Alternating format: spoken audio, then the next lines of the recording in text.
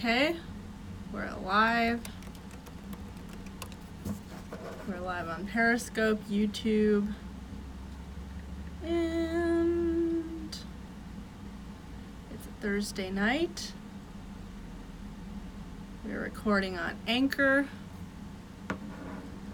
Hello, everyone. Come on into our office where we talk about all sorts of interesting things here on Pardes Live. Feels weird to talk about myself in third person, but I feel like I should keep saying the name of this podcast just because it's becoming a thing. Something is wrong with Twitter. Someone is saying Twitter is not loading. Yeah, it looks like it's loading. It looks like it's loading. All right. So, a lot happening today. I see that there's so much Israel news happening, and the truth is that I don't care about the Israel news because it's not news to me. It's not news. People ban people from their countries all the time, and honestly, I'm biased, I just don't like, oh, look, lights turn on. I just don't like that whatever happens with Israel, people are always, especially people on the right, I know that the right has become really caught up in this sort of whatever Israel does, and when I talk about the right, there's two rights. There's the establishment conservative right, and then there's the right that is, I don't know how to describe it, but some sort of populist right, where whatever happens with Israel, they will be so anti-Muslim, right? They hate anything to do with Islam or Muslims or whatever. But the second it has to do with anything Israel related, they will go and defend Rashida Tlaib and what's her name? Ilhan Omar, just because it has to do with Israel. No regard for what the situation was, what's happening, what's going on, whatever it is, suddenly it's okay, it's Israel's fault. And it's you know what? Countries have a right to defend themselves. The United States bars people from entering all the time. There was a member of Knesset, apparently there was a member of Knesset, and back in 2012, the Israeli parliament was barred from entering the United States. It's not oh, they're waging war on the United States. It's the United States is waging war on Israel or this country or that country. No, that's what countries do. People get banned from the UK, people get banned from Canada, people get banned from all sorts of places. And just because it's Israel, people just freak out. Israel is the number one recipient of funding from the United States. No, they're not. No, they're not the number one recipient of funding from the United States. But they are the number one talked about recipient of funding from the United States. By the way, did you know that Israel is not allowed to use the funding that they get from the United States in Israel? They can only, they're only give, it's credit. It's not actual money or funding. They're given credit, meaning the Israeli military can come here in the United States and buy things from the United States. They're not getting money to go and buy things for themselves and build their own place. They're given money to buy from the United States. The money stays here, which is fine, but that's not what's happening with other countries that are being donated more. And it's in the beginning, I'm just okay, so, we shouldn't be all obsessed with Israel. I don't think we should all be obsessed with Israel. I think Israel is a different country. You're loyal to Israel, you're loyal to the United States. Israel is a different country. And Israel, the United States is not responsible to protect Israel. Israel is not responsible to protect the United States. There needs to be boundaries. There needs to be serious boundaries. And I think it's gotten to a point where no matter what happens, people are going to blame it on Israel. And I think that it's stupid because I think a lot of it is really tied to anti-Semitism. I'm not just making it up. I mean, I have a lot of friends who genuinely just blame everything on Jews. And when it comes to Israel, there's no difference between them. The state, the religion, this, that, they won't even look at anything. It's like this groupthink, and it's just it's a groupthink, and it's like it's an unchecked ideology. There's no like situational thinking, like, okay, this is what happened. The Israeli government said, you can come and visit whatever family you have here, whatever, but otherwise you can't be here. Which, you know what? That's a lot more than other countries have done. That's more than what the United States has done for a member of Knesset. The Gray is saying, Pardes, I don't want to talk about Israel. I feel you. I don't want to talk about it either, but I just felt like I should explain why I've been so indifferent about, or acting indifferent about it this whole day, and I've been all just like, I want to talk about Jeffrey Epstein. I don't want to talk about Israel. And the reason for that is because I think the conversations surrounding Israel are all garbage from all sides. It's all garbage. And I don't think that our politics should be this intertwined with Israeli politics. Not good for us, not good for them. And, I genuinely care about people living in Israel. I have immediate family living in Israel that I care about and would put my life on the line for them. But it doesn't mean that I think that it doesn't mean that I think that our politics in the United States should in any way be intertwined with their politics, or that we should be in any way codependent, no matter who thinks it's good for who. Okay, so, all right. Now, to the important topic. And when I say the important topic, I mean Jeffrey Epstein. Why is that the most important topic? Because this is a problem that is in the United States. It has to do with United States politics, okay? It has to do with what we're dealing with in this country that affects every single person in this country, okay, that is a citizen of this country, more directly than anything that happens anywhere else in the world is affecting us. Jeffrey Epstein, it's becoming more and more and more apparent that Jeffrey Epstein was not, and I want to be very diplomatic with the words that I use because I don't want to get demonetized. It's becoming more and more apparent that Jeffrey Epstein did not end himself. He was ended. And the reason why I'm not using the words KILLED or MURDERED or SUICIDE is because I just don't want to get demonetized, and YouTube is so sensitive.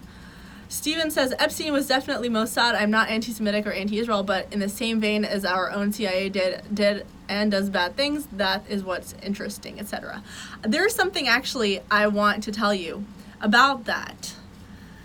So Jeffrey Epstein, in case anyone is living under a rock, Jeffrey Epstein, crazy guy, he was charged with sex trafficking a few times, apparently.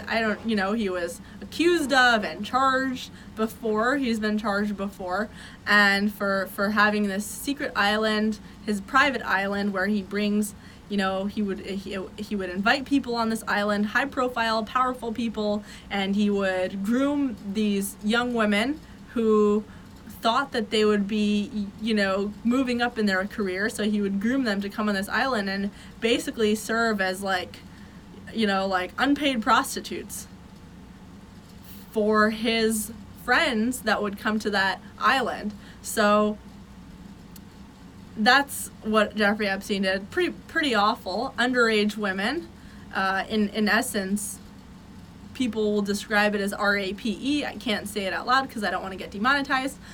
But Also drugs and exploiting rich and powerful people. So, really bad man. He has a lot of the secrets. He's a really bad man, cooperating with bad people, enabling bad people come on his island and do bad things, right? And then he's caught and put in prison. And this very, very high-profile person is caught and put in prison and put on suicide watch. And somehow, under suicide watch, high-profile person in prison where he's trending in the news and everyone is talking about him, somehow his prison guard falls asleep or something, and somehow his life is ended. And we still don't know why. But the more this is being investigated, the more it becomes apparent that he was ended by somebody else. Okay, so someone is saying, and a few more things. Okay, in case you're still living under a rock, he was hanged. He had hanged himself. In the first report we heard, he had hanged himself, or it was apparent that he had hanged himself with a bed sheet. He tied the bed sheet around his neck and then he hanged himself. And then the second report, they said, we did an autopsy. The doctors who did an autopsy said, well, he broke his hyoid bone, and the way that the bones were broken in his neck were in a way that it doesn't look like he actually hanged himself. It looks like somebody strangled him to make it look, and then hanged him to make it look like he hanged himself, and then hung him. Actually, it is hung, because they didn't actually hang him for death. They strangled him and then they hung him to make it look like he had killed himself. And so the whole thing is just becoming more and more bizarre. There are already so many clues to the fact that he had not done it himself, but now that the autopsy is out, it's even more clear that he did it himself. So the question is, who killed Jeffrey Epstein? And anyway, someone made a comment about Jeffrey Epstein being a spy. Well, guess what? Guess what happened? I believe this morning. Let's see. Where is this report? I can't find this lady. Okay. Okay, so this lady's name is Ghislaine Maxwell. I don't know if you guys have heard of her. So, Jeffrey Epstein's friend, who apparently is his friend, but also the person who, like his partner in crime, who's a lady, what the New York Post calls his gal pal, Ghislaine Maxwell, who's a British woman. She was apparently the person who worked with him a lot to recruit these young women. By the way, another person that he worked with to recruit young women is apparently the Victoria's Secret, one of like the heads at Victoria's Secret, the person who's Victoria's Secret like modeling scout. So the person who recruited models for Victoria's Secret also recruited models for Jeffrey Epstein's private island. So these young women, models can't be older than a certain age. It's like being in the army. You can't be older than a certain age. Models come in usually like underage. They start underage. So this modeling agent will recruit models for Victoria's Secret, but say, hey, look, here's where you can get, maybe you can't be a Victoria's Secret model yet, but here's where here's where you can go to get practice, or where you can, I don't know, meet some high profile people, get in touch with them, get your connections, get in some bigger fashion shows. So anyway, these young girls will go on the secret island. They're like, oh my god, so much money, so much luxury, dream life. It's like being on the set of Paradise, Bachelor in Paradise or whatever. And then, of course, there's this sex, basically like a sex trafficking ring. And this woman, Ghislaine Maxwell, is also another person, in addition to the Victoria's Secret modeling scout. Ghislaine Maxwell is another person who helped recruit these young women for Jeffrey Epstein.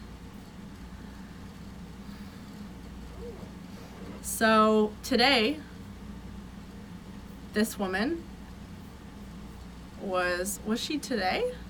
Was she found today? Okay, so the Washington Post found Ghislaine Maxwell at a fast food joint at In-N-Out Burger in Los Angeles. Why is she at In-N-Out Burger? If I had that much money, I wouldn't even go near that place. Alright, so she's there, and guess, Steven, what she was reading. Steven says Ghislaine's father was a famous Mossad spy, Robert Maxwell, who was killed in 1991. Wow! I didn't know that. So, Ghislaine Maxwell's father was a spy. Let's see. Let me just double check that so I don't. Ghislaine Maxwell, Robert Maxwell, spy. Wow, okay, Robert Maxwell was a super spy, and he was executed. Wow. This is good stuff. Someone is saying she's in Massachusetts. Well, the New York Post found her in Washington, D.C. Wow, this is good stuff. Robert Maxwell, who was a member of parliament in Buckingham, was also a Mossad spy. He was executed. He was originally from Czechoslovakia. He was a British media proprietor, member of the parliament, and after his death, how did he was executed?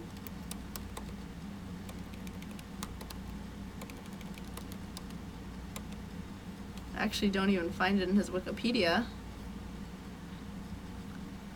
He escaped from the Holocaust in World War II. He was in the British Army.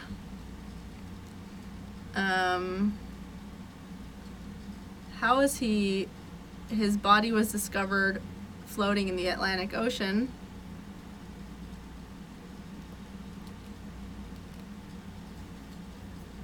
Okay. And he had links to the British Secret Intelligence Service and the intelligence and to Mossad. So it doesn't say. Yes. Okay. So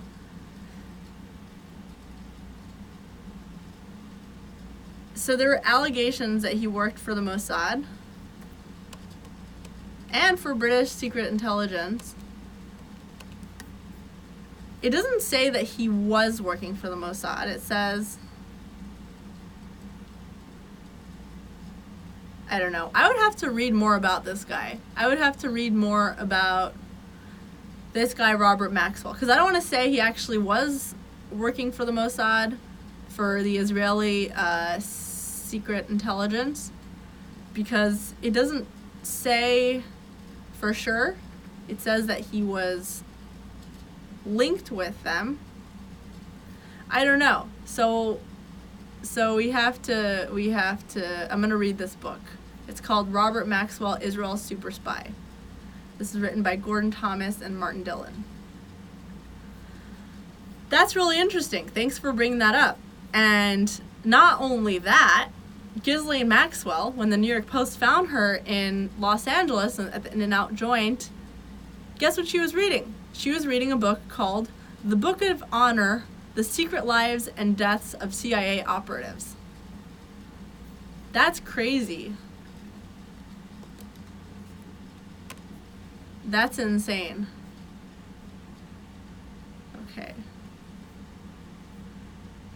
So, Ghislaine Maxwell is the second person he's called her madam. He's called Epstein's madam. And Ghislaine Maxwell is now the next person that people are after when it comes to Jeffrey Epstein.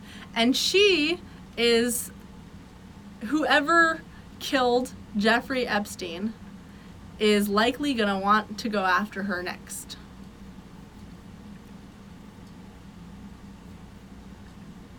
Who might have dirt on Jeffrey Epstein? Okay. You know what? This is so annoying because I can't log into the New York Times because I ran out of free articles. This is so not fair. I hate this stuff. Why do I have to pay for New York Times articles? It's not fair.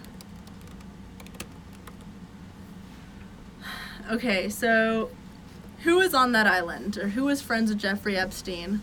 There was Michael Wolff, the guy who wrote Fire and Fury about Donald Trump. There was Steve Bannon, former Breitbart CEO, Trump advisor. What else did he do? Anyway, let's see. Well, we don't actually know about... Steve Bannon denies that he actually went to dinner with Epstein. So we don't know about Steve Bannon. And Michael Wolff did not want to comment. Who else was there? Mohammed bin Salman, the Saudi Arabian crown prince. Woody Allen. Bill Clinton. Donald Trump. Elon Musk. Ghislaine Maxwell. Alright, so some really powerful people had gone to, or were friends with Jeffrey Epstein, or had gone to his island. This guy had dirt on a lot of people. And not only that, this guy didn't seem to have a problem with what he was doing. Not only didn't he have a problem with what he was doing, he thought that it's fine if everybody knows. He was very open about his past. He was very open about what he was doing. He was like, just because it's with underage women, it doesn't make it wrong. It's just our culture. He said criminalizing sex with teenage girls is a cultural aberration, and that at times in history it was perfectly acceptable. So why are people having a problem with it now? That's his idea. And he said that he said he didn't care. He told the New York Times columnist James Stewart, who was the person, one of the people who interviewed him before he died. He said that it didn't bother him for people to know about his scandalous past and all the crazy things he did. Because that way, when people knew about his past and saw him as like this crazy person, they were more willing to confide in him and tell him all their crimes. And so that is really interesting to me. Someone is willing to put his entire reputation on the line, put all his scandals out there in the open, just for people to feel comfortable to tell him whatever they want. I mean, that's like really interesting. That almost seems like something. That almost seems like something a spy would do, but I'm not even coming to any conspiracy theories. I just think it's funny. Totally. Rosemary says, except he was quiet about how he made his money. Yeah, how did he make his money? I guess how a lot of these people do, like develop, is it like real estate developments or something? I don't know. But Yeah, it just seems, the whole thing seems strange and interesting. He said because of his past, and because he was so open about his past and he was so cool with everybody knowing about it, he said that people would come to him with potentially, quote unquote, potentially damaging or embarrassing information. Quote unquote, people confide in him without feeling awkward or embarrassed. And he said that he knew, quote unquote, a great deal about rich and powerful figures. People who could potentially want him dead if he was caught, because then the FBI would try to get information from him and try to find out what he knows about all those other people.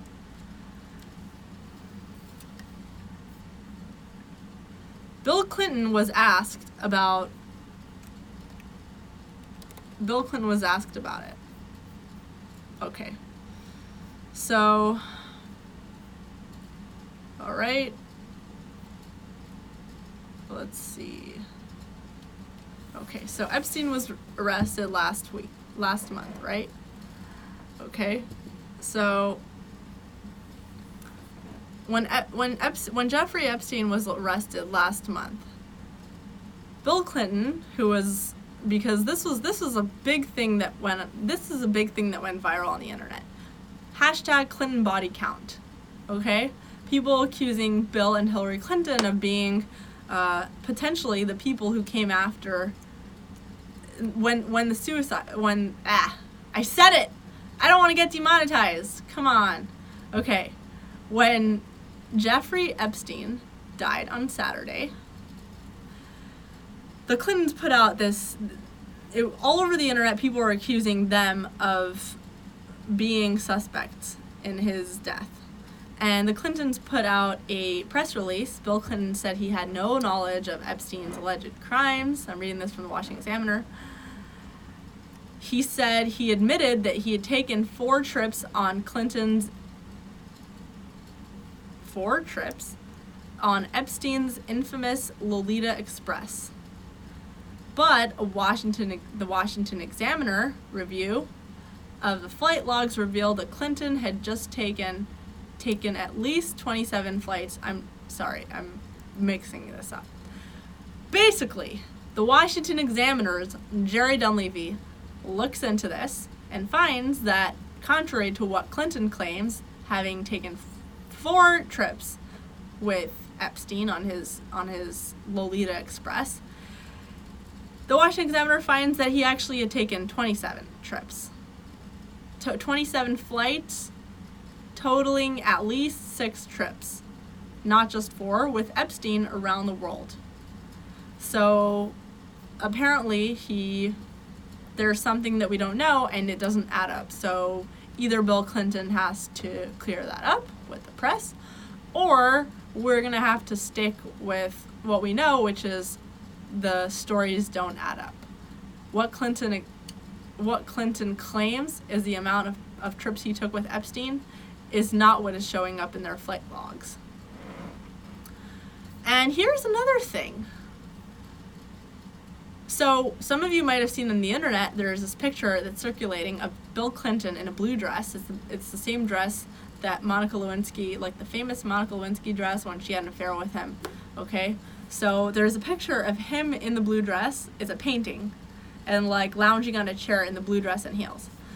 So that was hanging up on Jeffrey Epstein's wall, among other weird things in his house. That was hanging up on his wall.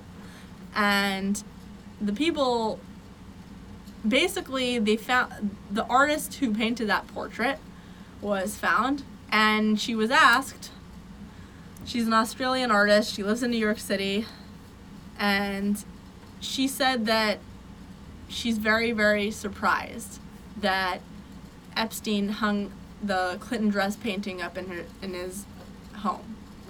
It's just very strange. Why would Bill Clinton, first of all, she says it was a complete surprise, in her quotes, complete surprise.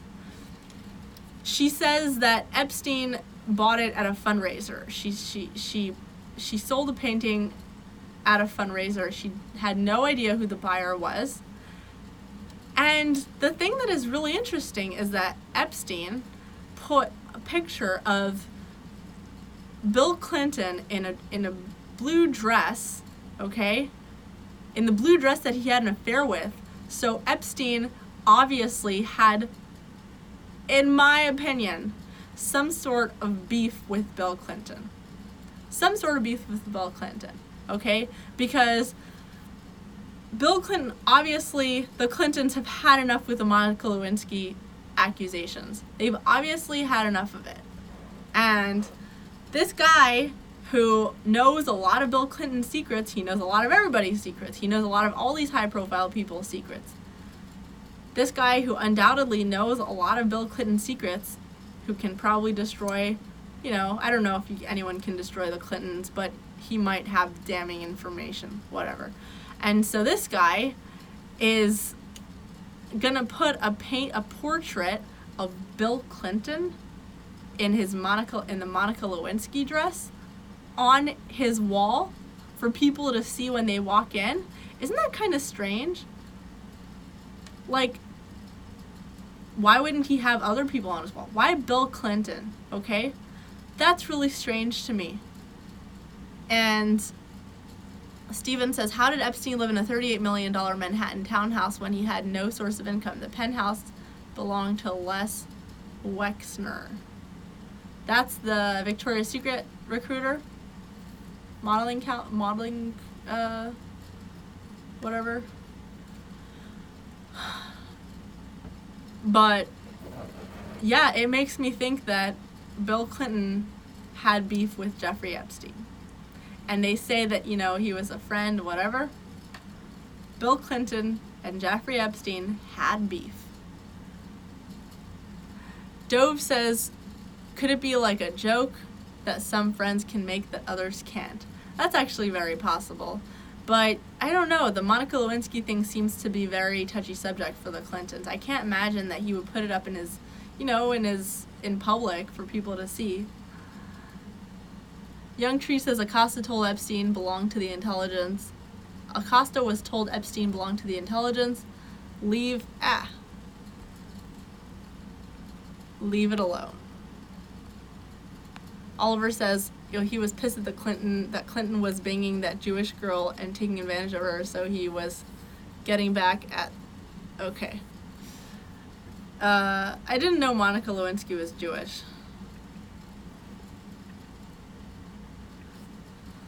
Yeah, this whole thing is strange, both. So, the whole thing is really strange. By the way, another weird thing that was in his living room that they found like a taxidermied tiger and a poodle. A taxidermied tiger and a taxidermied poodle in his Upper East Side mansion. It was decorating. There was a painting of a woman. $5.9 million? Why would anyone buy a painting for $5.9 million? There was a $5.9 million painting of a woman cupping her bare breast, along with a taxidermied tiger and poodle. These were according to photos that the New York Post obtained Thursday. The pictures also show ornate and ostentatious furnishings favored by Epstein. Crystal chandelier, pair of matching candelabra, carved wood. Okay. And the person who took the pictures was a hedge fund trader who said he went to Epstein's mansion to pitch his investment strategy to the millionaire, who apparently hanged himself in a jail on Saturday. Okay, so these pictures were actually taken before his death, apparently. Some hedge fund trader who went to his home office to pitch an investment strategy. He says, when I showed up, they took me upstairs. I think by mistake they thought I was someone else, and then they left me. And then I took some pictures because it was so odd. The hedge funder described Epstein's office as very opulent, all dark burgundies and reds, adding that the picture behind the desk was very interesting and obviously painted by a decent artist. Online records show that the oil-on-canvas portrait, this is the New York Times, Femme Fatale, was created around 1905 by the Dutch-French artist Kees van Dongen and was most recently purchased by an unidentified bidder during November 2004 auction at Christie's. So this is the portrait of a woman cupping her bare breasts that sold for $5.9 million. Why would anyone buy a painting for $5.9 million? Insane. He says the most striking items in the room were the taxidermied animals. He says the stuffed toy poodle was really kind of crazy. It wasn't fake for all, and it looked like it needed to be dusted. He said the tiger was huge. He said the desk had to be one of the biggest desks I've ever seen, and the tiger that just dwarfed it.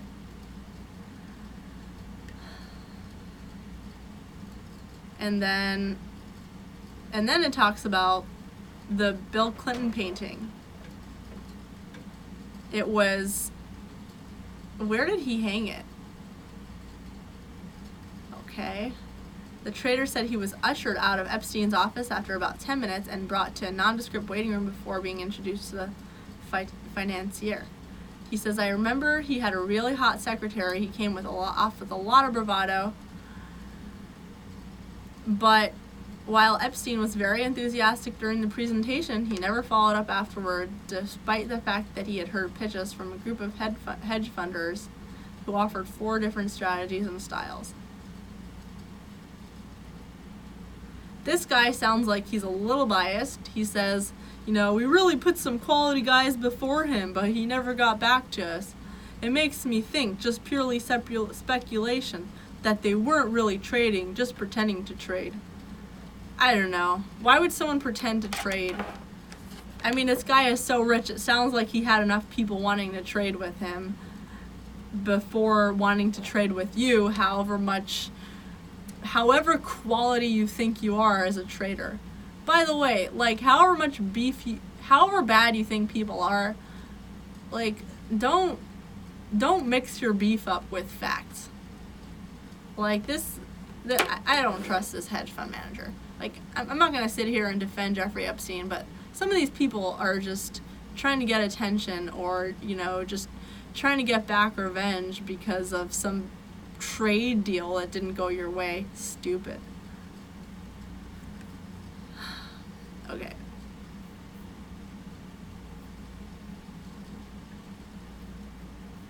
Okay, so federal investigators have raided Epstein's pedophile island.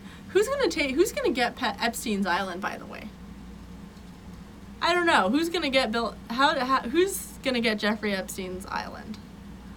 Youngtree says he ran a money management company for billionaires. He wasn't known as a savvy investor. Yeah, I mean, just because he's not working a 9-to-5, it doesn't mean that he's not having an income. Our culture is so strange. People don't need to have this, here's my job in order to have an income.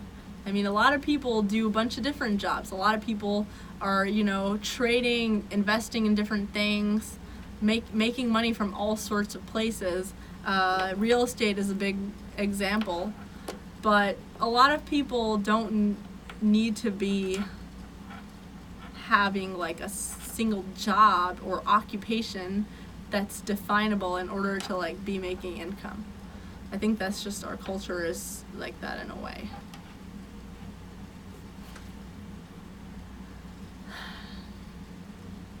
Just because don't know every aspect of his job, it doesn't mean that he wasn't. Anyway. I think that this guy had dirt on Bill Clinton. I'm just going to put it out there. But that's just what I think, and I don't want to be. It could have been Donald Trump, but I don't know if. I feel like Donald Trump, I don't know the deal with Donald Trump, to be honest. The only reason that I say Donald Trump is because Donald Trump made a huge deal out of the Israel thing today. And it took up the entire Twitter. The entire Twitter was just talking about Israel. And we all forgot about Jeffrey Epstein. Not we as in me. We as in, Twitter. Everyone just forgot about Jeffrey Epstein because it's all about Israel. And actually, Israel was trending all day. I didn't see Jeffrey Epstein at all in my trends, not even once. It was all about Israel. And it's just so ridiculous to me. Okay. Tom says Joe Biden is outside the real estate office to get the island. Oh, okay. So they go to the island. The FBI raids Pedophile Island. And at least a dozen members of Customs and Border Protection. I'm reading this from the Washington Examiner, written by Jerry Donlevy, who's a reporter at the Washington Examiner. He says, at least a dozen members of Customs, Border Protection, and FBI landed on Jeffrey Epstein's infamous Little St. James, nicknamed Pedophile Island, in the U.S. Virgin Islands on Monday, 2 days after he was found dead in his Manhattan prison cell, in an apparent suicide. Multiple news outlets captured videos and photos. The FBI spokesperson said they're on the island. And blah, blah, blah, blah, blah, blah, blah, blah, blah. This article actually doesn't say anything about the island. Like, the headline is about how the FBI raided the island, but the article says nothing about the island. It says, we asked the FBI about the raid, and they said, we can't comment on that. That's it. Okay. So, and then the rest of the article is about what happened and how he was found in his prison cell and, whatever. So, alright, so Ghislaine Maxwell is going to be the next person. And right now there's actually a girl who's suing Jeffrey Epstein and his estate. I think she's also suing Maxwell, Ghislaine Maxwell. So this model lady is suing these people, accusing them of sexual assault. Alright, so this woman named... What's this lady's name? Rose? This young woman named Jennifer Arouse. She told reporters that Epstein stole her youth, her identity, innocence, and so forth. She says she was raped at the age of... I said R-A-P-E. So annoying. I'm gonna get demonetized. So annoying. See, this is a problem with getting monetized. Every single time you make a mistake, you're just like, oh no, I'm gonna get demonetized. Okay, so alright. Someone is asking about GoFundMe. Oh my god. See, something happens at one point in your life, and then the rest of your life, you're gonna be haunted by it. I did not create a GoFundMe. Someone else created a GoFundMe, and it was a joke, and then I shared it very stupidly because now, for the rest of my life, people are going to be talking about it. Stupids.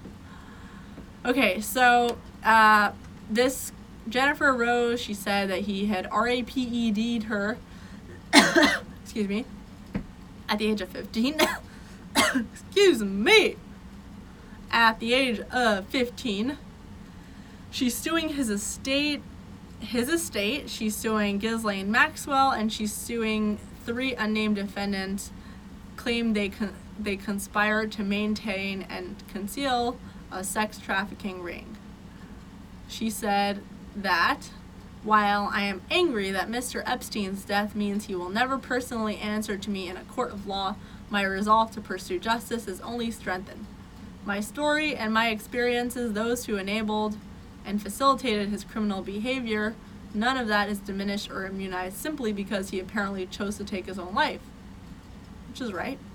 The lawsuit comes on the first day of a 1-year period when any adult survivors of sexual abuse can sue an abuser or negligent institution in New York State court, no matter how long ago the abuse took place.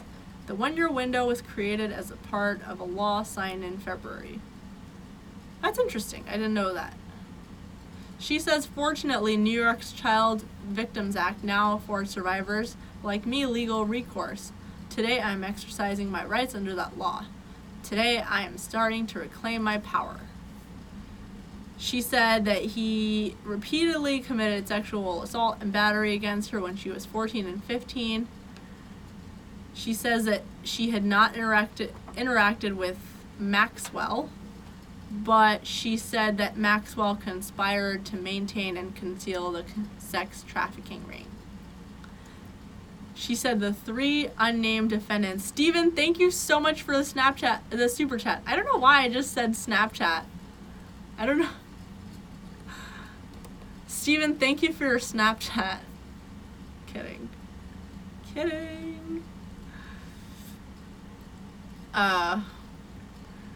Anyway, so yeah, that's great. Thank you.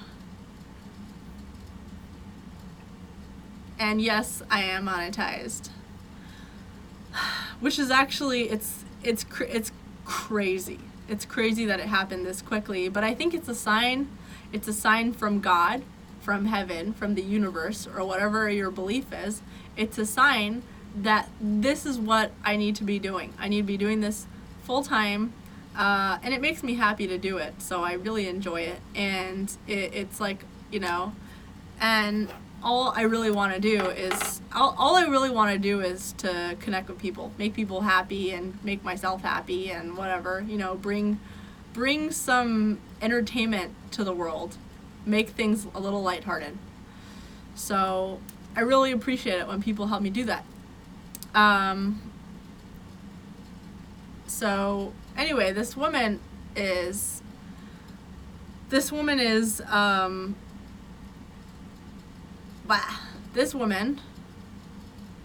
suing Epstein. Okay, so she's 15, and she says that, so Maxwell denies this. She also accuses 3 people of being, she says one is a recruiter, one is a secretary, one is a maid. She didn't name them. She says they caused her negligent infliction of emotional distress and caused her to suffer extreme emotional injuries. She says that the attorneys for Epstein and Maxwell did not respond immediately. Maxwell and her representatives have denied that she engaged in sexual abuse or sex trafficking. Epstein had pleaded not guilty to federal charges of conspiracy and sex trafficking of minors. Arose came forward to authorities after the criminal charges were filed. Her attorney said she had been fully cooperating with the federal prosecutors before Epstein's death. She agreed to cooperate in their investigation of his potential accomplices. Okay. She's actually a really pretty young girl. 14 actually when it started, apparently. Why would where were her parents? Why would a 14-year-old's parents let her go for like some modeling agency? Don't these parents know what goes on there? Unless the parents are with her, but why, you know, they're not going to send her to this island with some random dudes.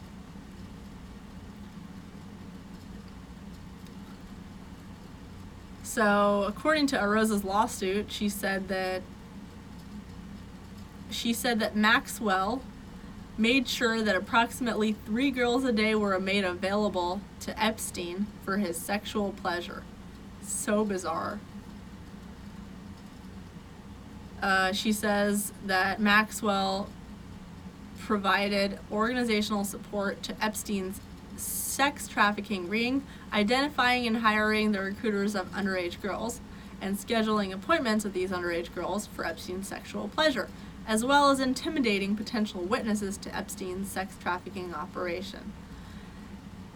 It also alleges that Maxwell identified and hired the recruiter on Epstein's behalf to procure underage girls from the performing arts school that Arose attended near Epstein's lavish Manhattan apartment.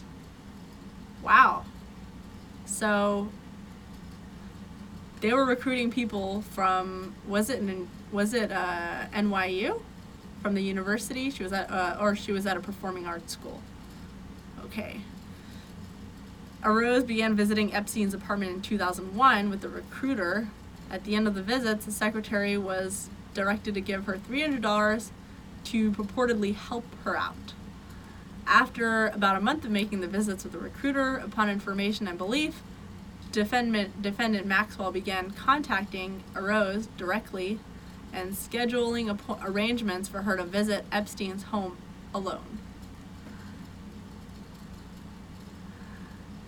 Stephen has a Maltese dog that he was just feeding. And, thank you. People who are on, if you're listening to this on Anchor, then I just want to tell you that you're really missing out because you can't see the comments, but the comments on YouTube and Periscope are rocking. Actually, YouTube's the best. And I'm not just saying that because I'm like proud of my YouTube channel for being monetized. I'm actually saying that because YouTube is like that's where all the cool people are. The people who are on YouTube have been there from the beginning. So it's kind of like a community. Everyone kind of knows each other in the comments. And it's not really like that on Periscope. Someone is asking if this is Roger Ailes in the background. No, this is Winston Churchill in the background. Gosh, Roger Ailes did not look like this. The lawsuit filed by Rose, I already forget her first name, Jennifer Rose. She says that Epstein told her during one of her first visits alone to the apartment, "You really should be a model, and I'll bet your body is incredible. And in order to help you with your modeling career, I will need to see your body." It also alleges that Epstein complimented her repeatedly about her breasts and instructed her to take her top off, then immediately started feeling her breasts and rubbing her nude shoulders. Then he asked her to give him a massage, which she did. Afterwards, he turned her over, removed his towel, began masturbating. Rose felt intimidated, so she did as she was told. Then Epstein, like he promised, he said, "I will take care of you, you take care of me." He gives her money. And he tells her not to tell anyone about what happened during the home visits, which routinely included massages. After that, Epstein would call Rose directly, and the sexual encounters became more aggressive and escalated. The encounters would continue on a weekly basis, and a maid, quote-unquote, would leave $300 in cash in a drawer in the massage room. During one encounter, Epstein held Rose tightly and forcibly RAPED'd her. According to the lawsuit, after the brutal RAPED, Rose never returned to the apartment, ignored Epstein's calls, and transferred schools in order to avoid him, according to the lawsuit. Yeah, so this is gross, and she was a young girl. Apparently, she was in a performing arts high school. So it's like one of these high schools where kids are trained to become, performers. Yeah. Oh my gosh. I totally forgot this.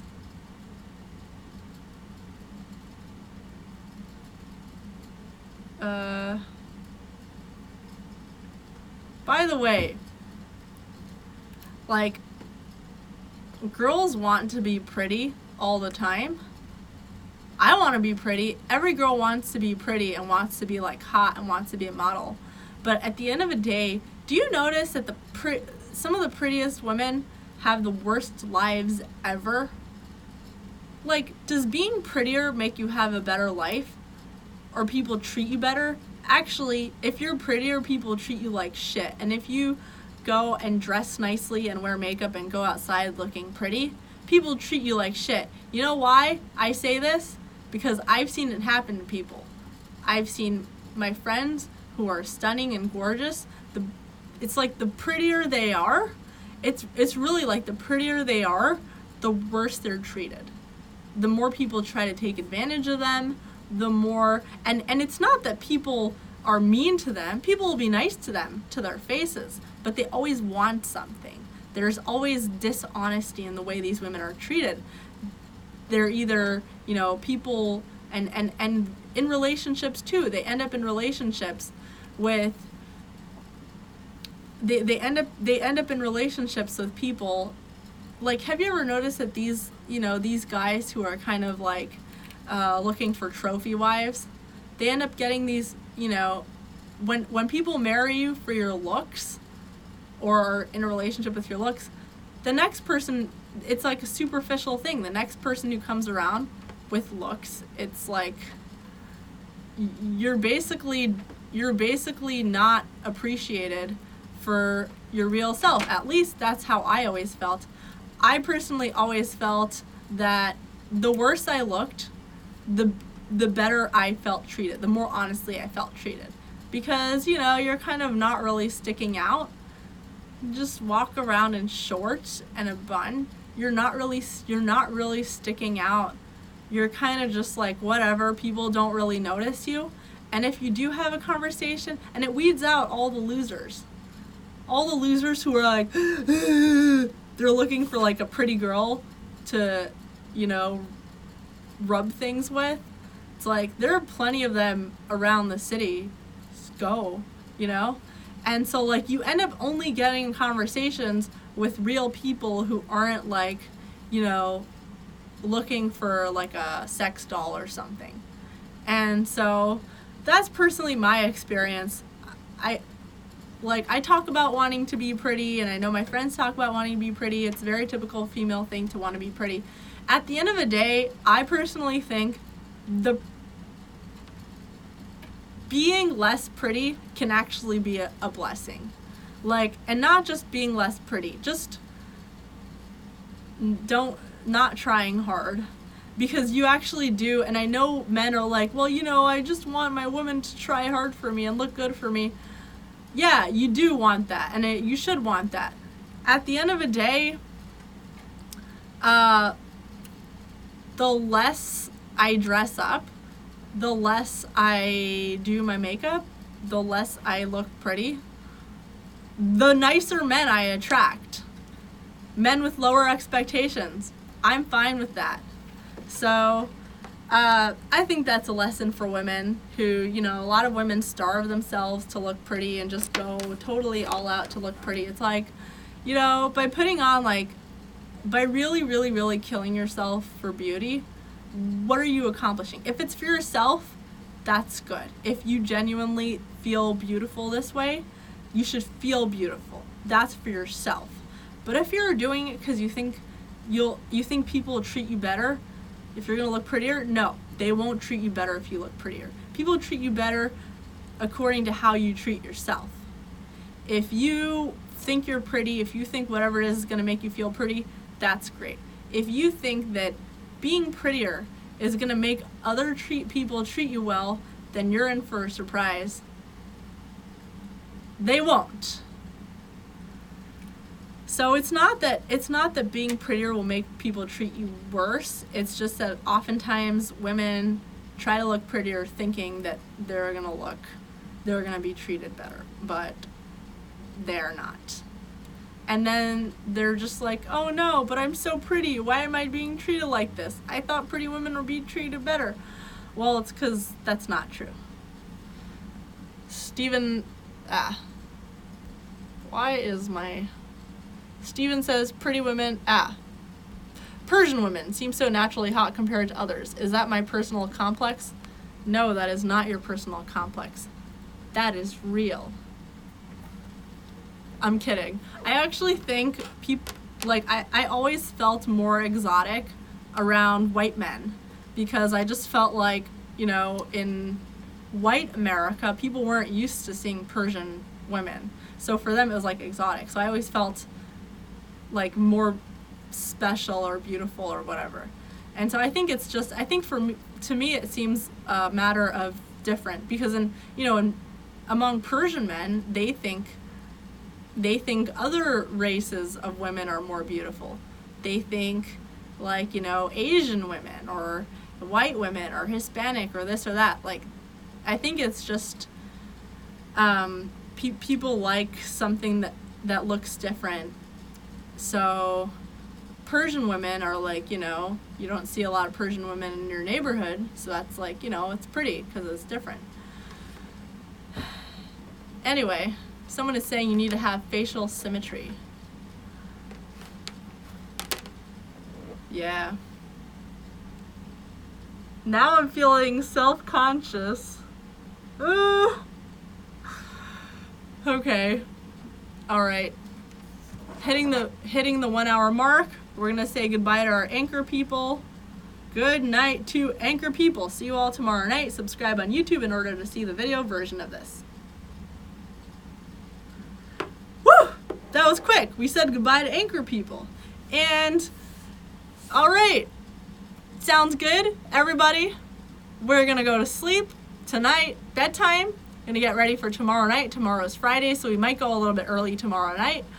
Subscribe to the channel so you can get a notification when you go early. And like this video, please. Subscribe. And I'm really excited at the end of this month to move from, I actually really love my job. I love my boss. I love my coworkers. I'm not just saying that. I don't even think they watch this live stream. I really, really, really love these people. They're so good. But I'm going to be moving from full-time to freelance because I'm also in school. But I will also be able to work on these videos full-time starting at the end of this month. So I'm really excited for that. That's really, really, really what I want to do. Like, that's all what I want to do. All I want to do is make these videos. And I also have a vlog coming out from when I was in Charleston with Daniel, so stay tuned for that. Okay, see you all tomorrow night.